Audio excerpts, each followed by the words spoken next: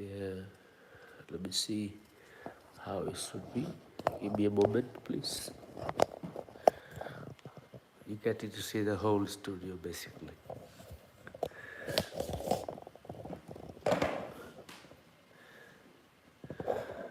So,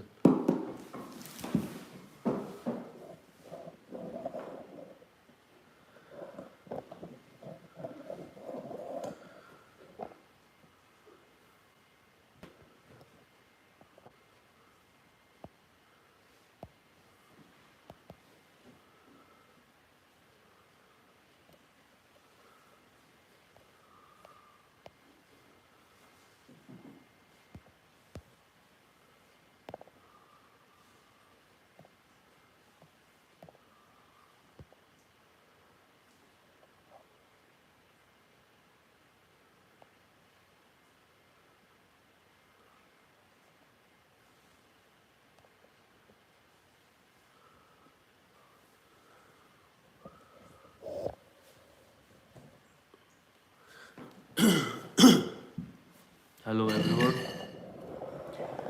Can you hear me?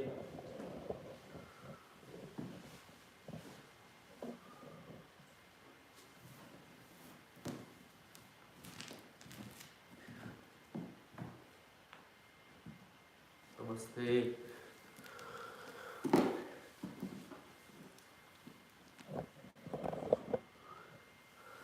If you are on a YouTube or if you are on a Zoom,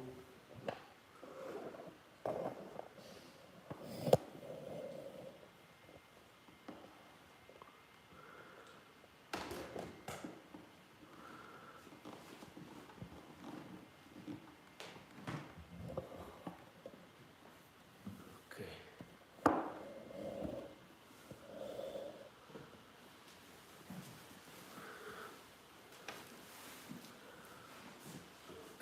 Thank you everyone. Am I out of focus or in focus? You see it?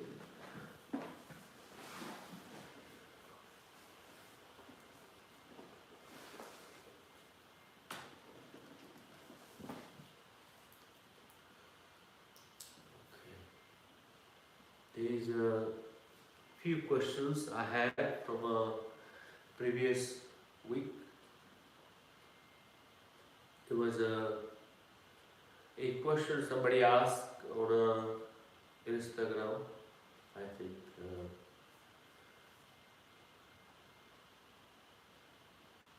In relation to the things I posted about acceptance.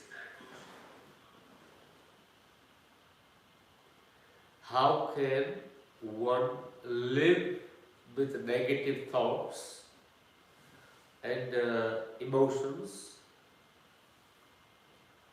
They have to change to positive.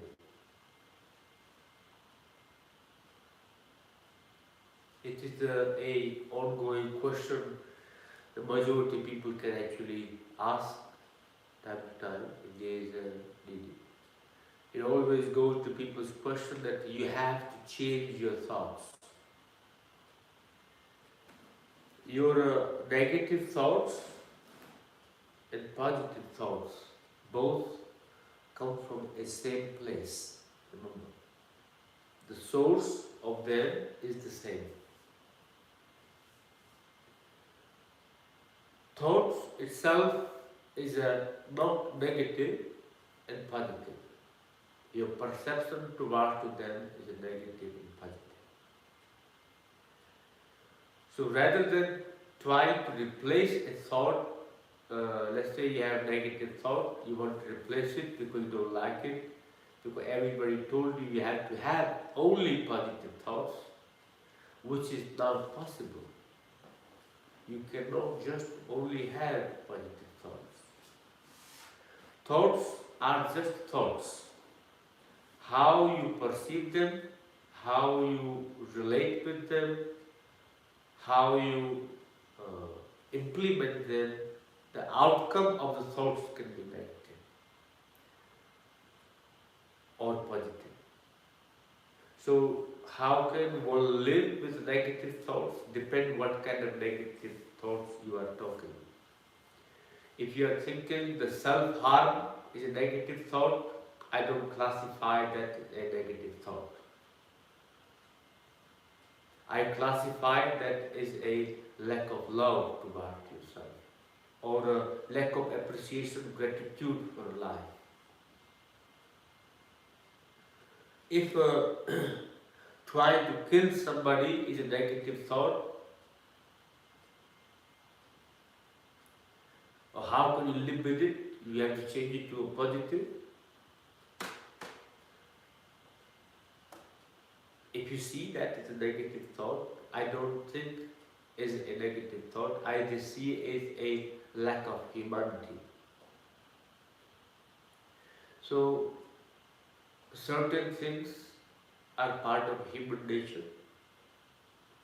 Certain things are part of your inner intelligence or inner self, you can call it, or Atma, you can call it. The moment you start witnessing your positive thoughts and your negative thought, rather than fighting with them, rather than, if you have, for example, if you have a negative thought and you replace it with a positive one, that's what actually most people do. When you think negative, you find something positive. You replace it with positivity. How long will that last? Maybe a day, maybe a two, till the root that causing the negative influence or the thinking comes back to your awareness. Your thoughts are surface appearance. Thoughts are a surface appearance of some deep underlying samskara, deep underlying feeling, deep underlying sensation inside the body. The root or the seed for that perception is actually inside you. So replacing the top part or covering the negative feeling, negative thought with a positive one, or replacing it with the other one, it is not going to work. Aim is not to have a negative or positive thought, aim to be thoughtless, if you can. At least have a one single-minded thought. How to deal with the negative thoughts? Don't react to it. Either it's a positive thought or negative thought. If you have only positive thoughts that is empowering you, sometimes that can also be very dangerous.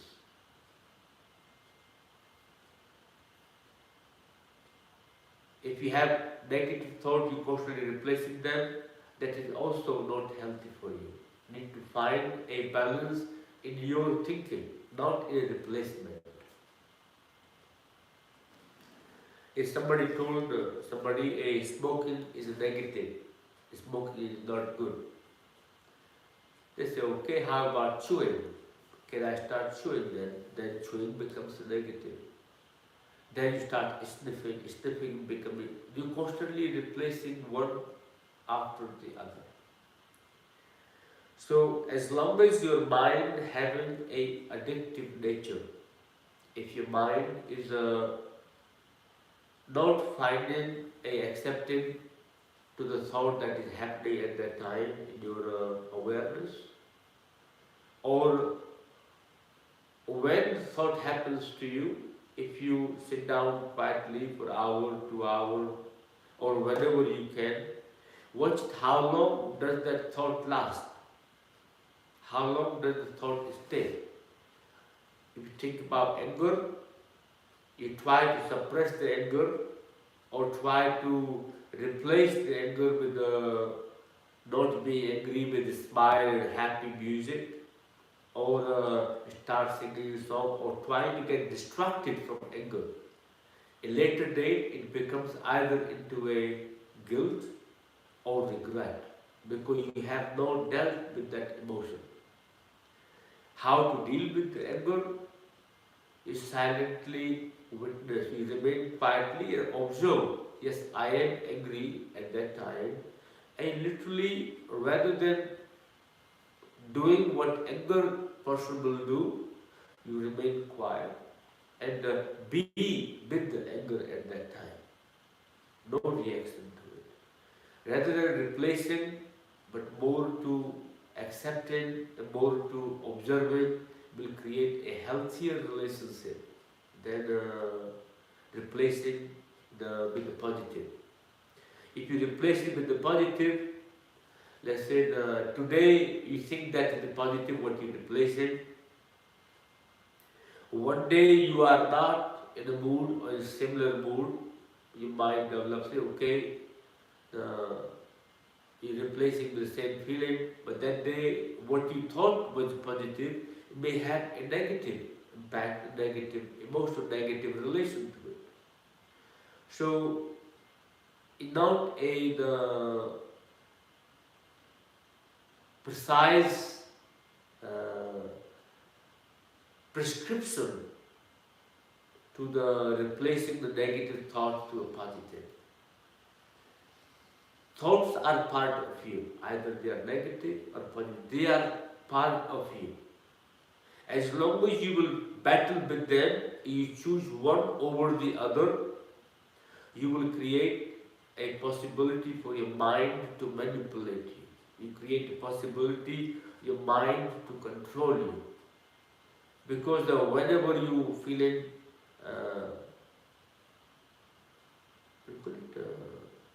happy, the things you think that positive thoughts, you feel happy.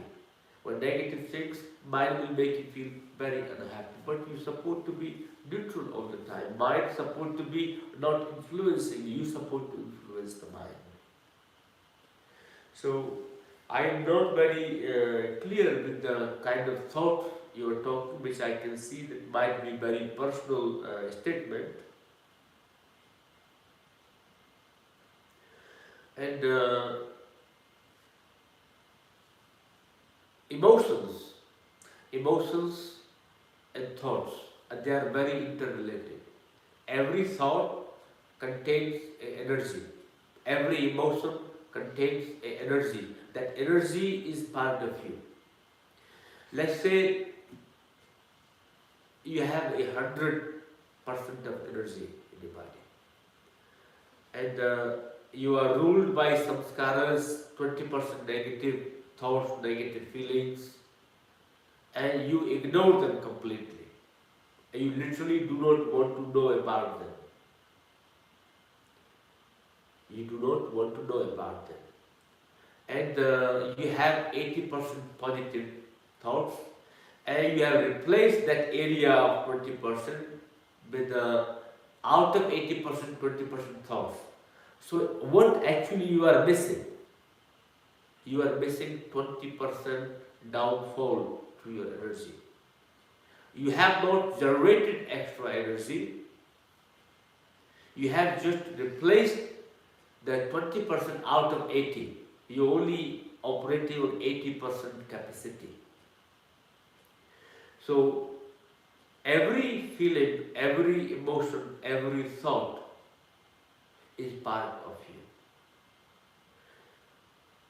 Do not oppress or repress or suppress your feelings, emotions, and your thoughts. But also do not react upon them. Do not react upon them.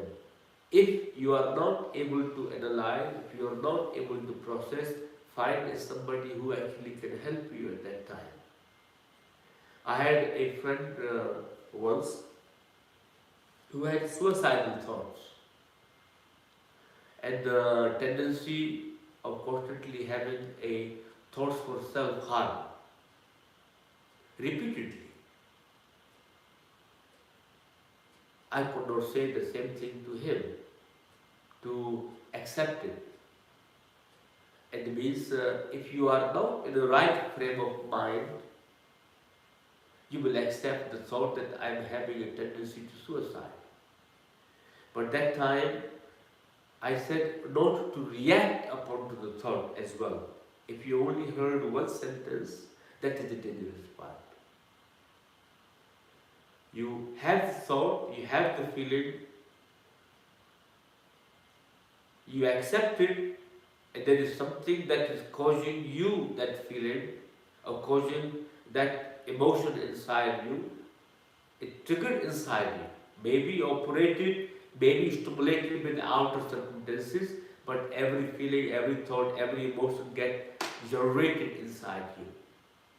So there is something deep down inside you that gets triggered by external stimulation,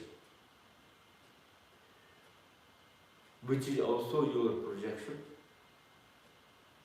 Let's say some music somebody played, it may make you feel really happy, you start dancing. The same music, somebody may feel very irritated and grumpy, would like to even break the music player. So music is the same. The perceiver are two different people, and both perception people might feel next day completely different to the same track. So in that circumstances situation, you observe that what is triggering that emotion, what is triggering that feeling, you witness it, you observe it, and do not react to it, do not act upon it. Basically, you meditate with it, you make peace with it. Rather than replacing it, you make peace with it.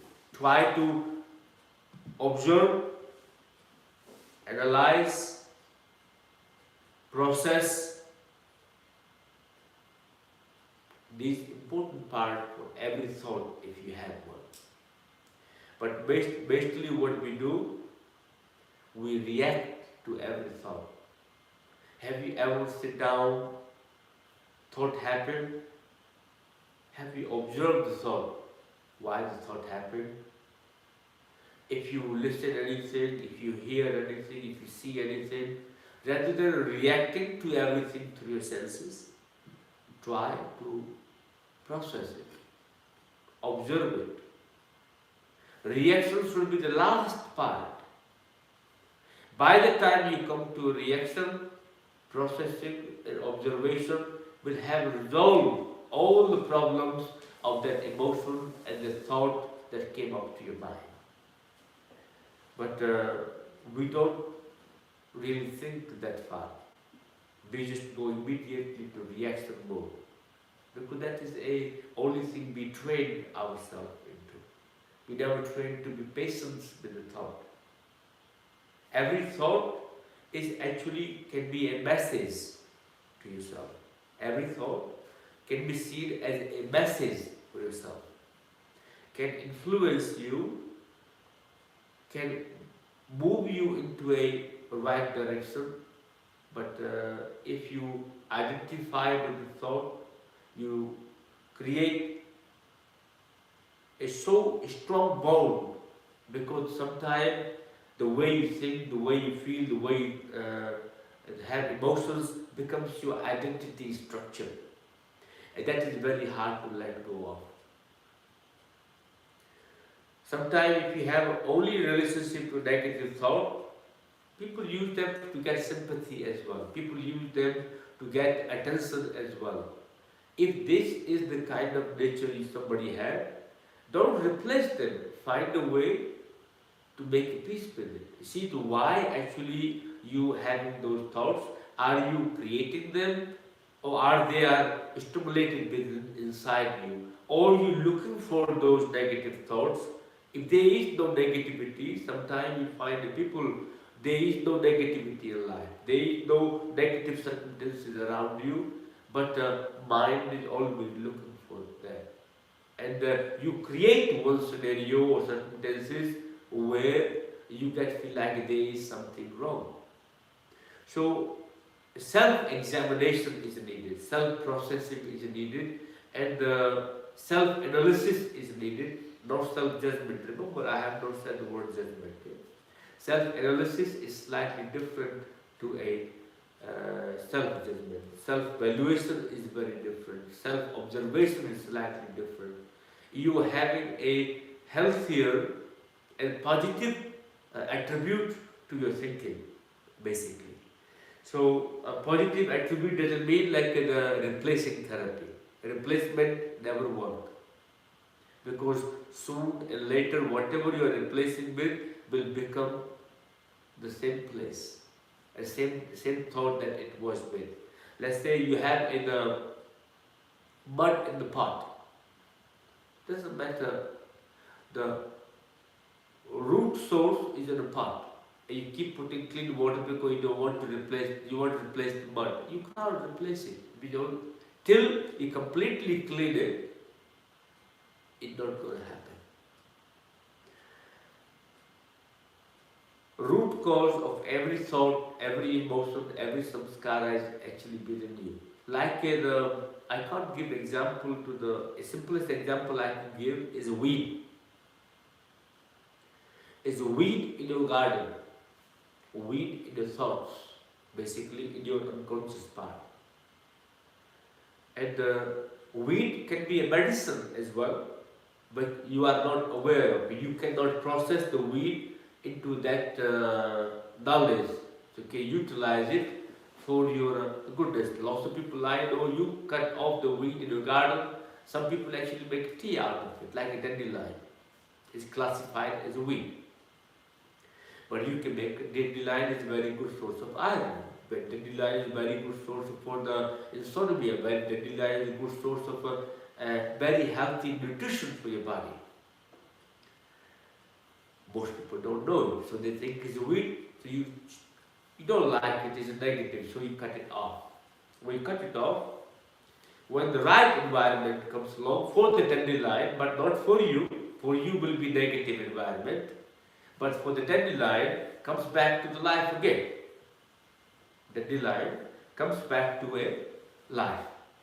So now you go along, you cut it back again. Sooner or later, you say, okay, I don't really like dandelion here, let's replace it. You come along with other pot, you put it on top of, there was a pot, another pot in your garden, you bring that pot, put it on top of that plant, you don't like it. Is the dandelion is gone or is still there? That is the replacement therapy. That's what you talk about, because I don't like that negative thought. I bring positive one from my own house, my own consciousness, and replace at the place of the negative thought. It have not replaced it. It have not actually done anything to it. Negativity is still inside. It have not been transformed yet. Only way sometimes what happened that you don't replace it, maybe you pick that up and you throw it into your back garden. Now it's a front garden, is clean because you don't get to see it. What most of the time people do, they ignore it, avoid it, suppress it. It's basically put a blank eye to the negative thinking. That is also not healthy. Because you have moved it, what was in your front garden, into a back garden. But still in your awareness, still in your consciousness area, is still a part of you. So one day, whenever you go into the back garden, you will see the weed there too. Only way you can get it, you take it out fully, dig it out completely. Pick up the root, find the root of it, what the root cause of the dandelion is, what the root cause of that negativity is. And roast it with the consciousness, roast it with the witnessing, roast it with the meditation. So when the seed is roasted completely, means seed is being burned completely. So you have purified your inner self, you have purified your thinking, you have purified the way you perceive. That dandelion is negative, for example. Dandelion not negative. If you have a garden, don't cut it off. They are good medicine for you. So, but once you roast the root cause of the negativity, you're no longer negative. You will not have them. As long as you suppressing them, replacing them, or avoiding them, you still have them. So, negative, positive, both part of you. thoughts and feelings, both part of you. So if you ignore 20% of your negative thinking, means you have not accessibility to 20% of your energy, 20% of your capacity. So you're only operating on 80%, which is, I'm talking about very high percentage. Yeah? Usually you are 80% negative, 20% positive, majority of the time. But so basically you live in very little energy. That's why actually you get tired all the time. Source of your tiredness, source of your mental weakness is not having access to your full capacity. Your resource is limited of your samskaras holding, your energy is holding, and either you suppressed it or ignore it. If you have replaced it, how much you can replace? You get tired one day. So, best part to find a way, find a way how to make a witnessing, observation, processing of that every thought that happened. You think the thoughts are positive, whatever you're looking, maybe same thought might also be negative. But if you analyze it, you will find the region to transform from that one as well. So maybe negative thoughts are, there's somebody made a comment. Can you read through, Christopher? Can you pass me the please? Hello? Yes. What did you say? I read it because I didn't want to interrupt you. No, go ahead. I say maybe negative thoughts is the motivation for us to go beyond the thought process completely. Absolutely, that's why I said previously, because negative and positive are both part of you. And the purpose of thoughts, not to have them, but to transcend from beyond all the thoughts. Negative, positive are to exist on human level, but ultimate reality, ultimate goal is to be thoughtless, to be free from thoughts, both of them, to create totally neutral to positive, totally neutral to negative. The moment you become totally neutral, you are not concerned about negative and positive thoughts. Yes. So creating neutrality is the point of it. So you only can create neutrality the way you accept negative, the way you accept positive, but don't react to either of them. So I hope that question, my friend from India, was named Ajay Chandramani, might have helped you. If you still have that question, please always reach out. And there's another question from last week on Sangha, and which I probably missed it. Maharaji Sadhu Pranam. Allow me to request a question. Is it required to retire from mundane ways to walk the yogic path? Is focusing on a moral, righteous goal, keeping mind on the Brahm, also a yogic path? Yogic path is not concerned about righteous. Yogic path is not concerned about morality. Yogic path is more concerned about you. Yogic path is more interested in cleanness of your senses. When the moment your senses become clean, your nervous system becomes clean, your body becomes clean, obviously your mind becomes clean, purified. So when your mind becomes purified, why do we have a moral code of conduct for your mind to act in a state of purity out of a fear and a social obligation, a social expectation?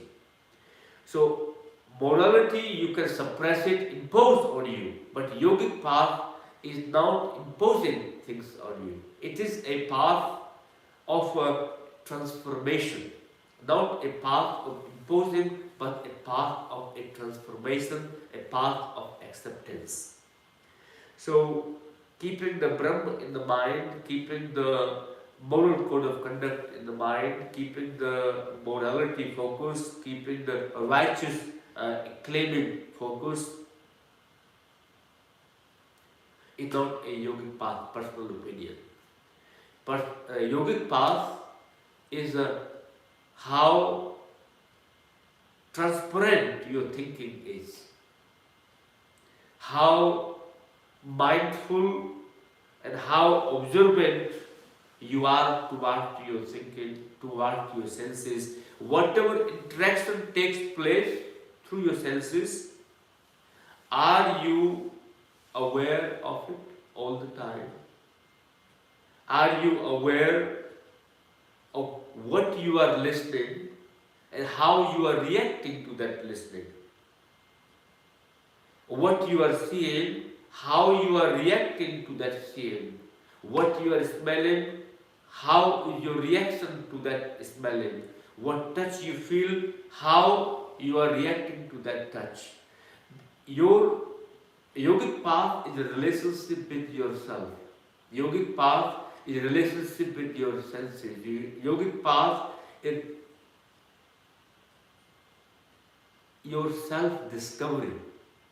The more you connect with yourself, you will discover such a beautiful jewel. Its inner depth is so vast, you can dive into it. You cannot find the depth to it. If you like it, almost like abundance, you feel like infinite, you feel like endless existence of you.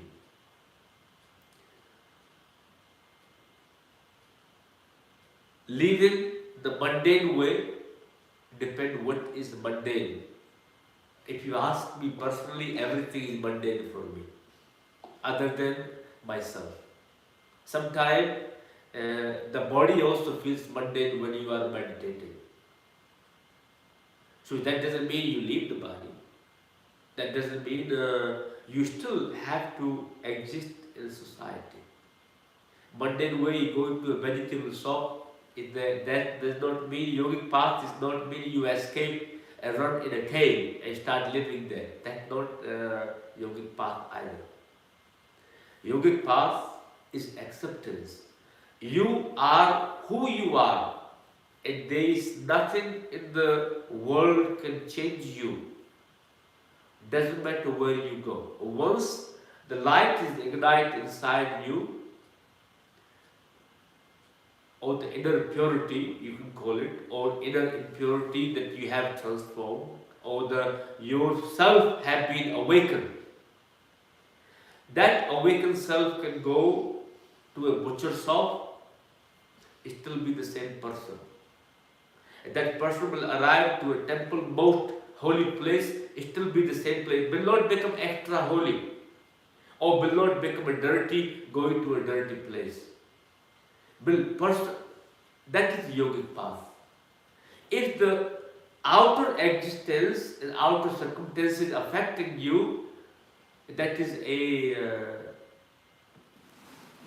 not yogic path personally. That is a path of following, path of not inner transformation, but is the belief. Yogic path is not about belief system. Morality is about a belief system.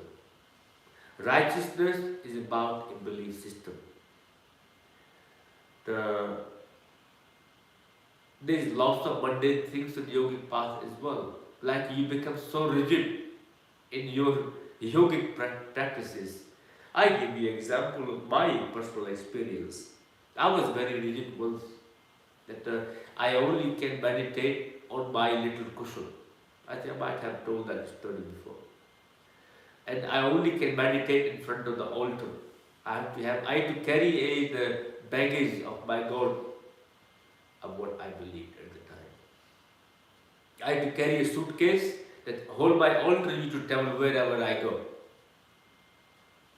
And I had to, wherever I arrived, set up a little table put my deepam, my gown, my incense, special incense I used to carry at the time, and my cushion also, and then I meditate, and I felt like I can only meditate because by the magic carpet. The magic carpet actually was stinky at that time because my teacher's teacher gave it to my teacher gave it to me. So basically I'm carrying 3 generations of ancestry in that carpet. I thought that carpet is blessed by the great masters. And then I had one teacher, the same teacher who gave me that carpet, by the way. And I was with him, we were having a walk at the riverbank of Yamuna at that time. I asked him, I have to go to meditate. And I have to leave now, the time for me to go. I said, why? Because I meditate 8 o'clock until 10:30, I meditate, that's my meditation time. But you can come to my home and meditate. I said, no, I can't meditate at your home because I only can meditate. I need to have my asana, my chair, the cushion to meditate, and my altar. That's where I feel more comfortable mentally. He said, you are not meditating, you carry a burden. You are actually recreating the hysteria that we have experienced once. So you reliving the past. Every time you are meditating, you are reliving the past. I said, why did you give me that back in the first place, that asana, that it will help you in meditation? So I said, no, you should be able to meditate anywhere, anytime. If the limitation comes into your mind, that is not good for you. You should not feel limited to a yogic meditation mat. You should be able to meditate anywhere. So your light is not only going to light in front of that altar and on that cushion. You should have that light anywhere, all the time. So at that time I was in India, I left back itself in India, I gave it to the river Yamuna. I said that all the saints came along, please take that mat as well, free me from the burden. So I left the mat in the Yamuna, and I think a few weeks later I came back. It was very hard for me to meditate because I created my psychological relationship. By the mundane, mundane path of meditation, because I believe that what it had to be. I created myself into a box. That is a mundane path. The mundane ways, if you live in a material life, you can have limitations. Similarly, you can also have many mundane ways into a spiritual path as well. Then when I came back to London, it was very difficult to meditate. Day in, day out. I was struggling. Then I followed my teacher's guidance. I found the busiest place in London. It was Oxford Street. And I go to Oxford Street in the rush hour time in the morning, whenever I can have time. I stand in the corner and try to meditate. I was a bit self-conscious as well, because I don't want to make a self-persona sitting quietly somebody trying to meditate. Especially when you have long hair beard, people start giving money to you as well, like beggar. So I would try to make as discreet as possible to have my self-experiment. It took me some time. It was not a statement that I am meditating in Oxford Street. It was very discreet. And, I changed the locations as well time to time, so it's not in the same place, otherwise people think there is some spiritual place, otherwise place will become blessed. So I moved around different places. And one day I was so angry. I was literally angry. The anger to the point that my hair was really irritated. I carried on meditating because the people were on the phone shouting, talking, because I was actually listening to them. I was not meditating, I was fighting with their voice. I was fighting what my ears was receiving. Rather than being with myself, I was influenced what my ears was receiving because I can understand the language. Unless they start talking Arabic, I would not have understood a word. Or Greek, or maybe Turkish, or Italian, or any other language, but they speak in English, I can understand it. That was getting really upsetting me. So there was also either because I can process the information.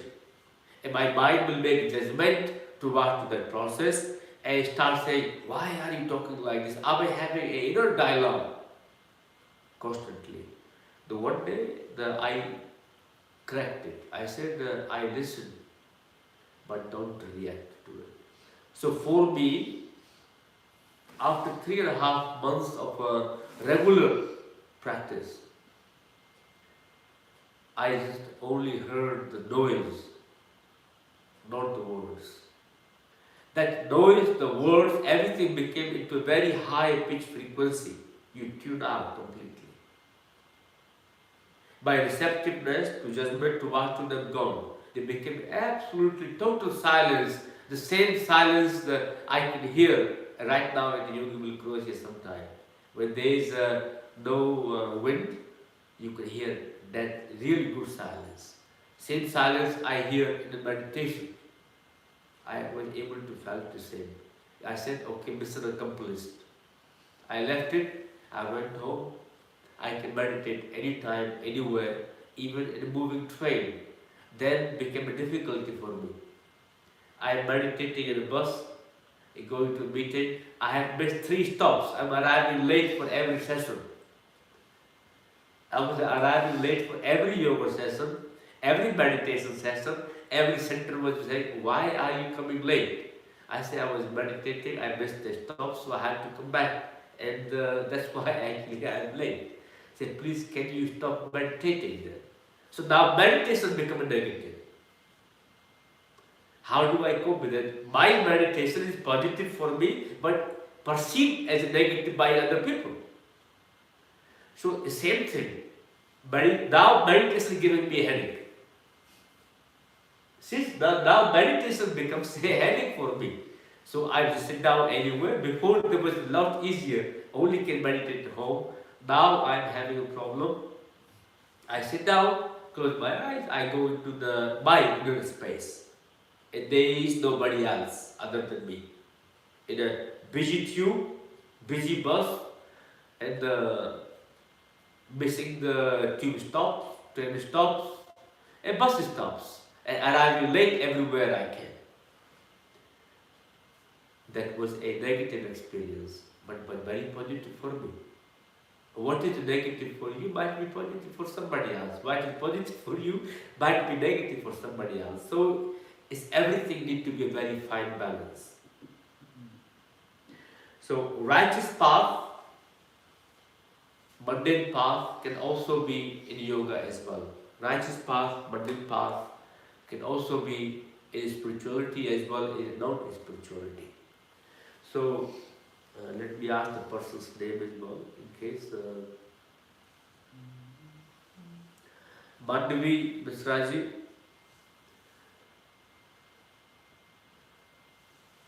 Focus on your self-relationship. Self-cleanse of your senses. Not the morality and righteousness. Morality, righteousness will become a part of you without following them. They are a byproduct of your yogic path. You cannot create yogic path through morality and righteousness. But you can have righteousness and morality out of yogic path.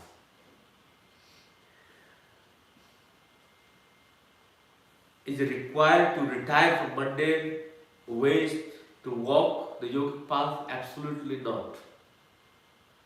You can be living your household life. You can be living in your family life. You can be a student. You can be working.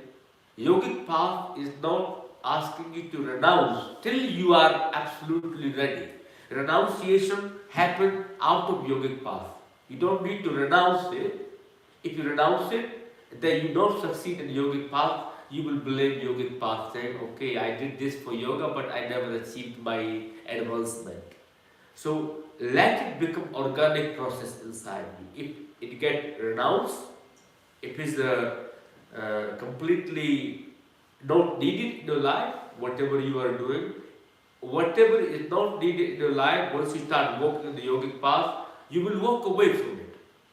They will automatically drop out from you. Like the unwanted thoughts, unwanted desires, unwanted thinking, unwanted lifestyle. Once you are on the path, the more clean you get inside, into thinking and with the senses, the mundane ways goes away without actually even trying to get away from it. The more you connect with yourself, less nonsense you have around you.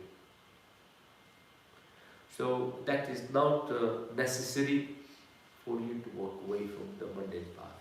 There is one more question. Let me see if I can. We are going ahead the time, but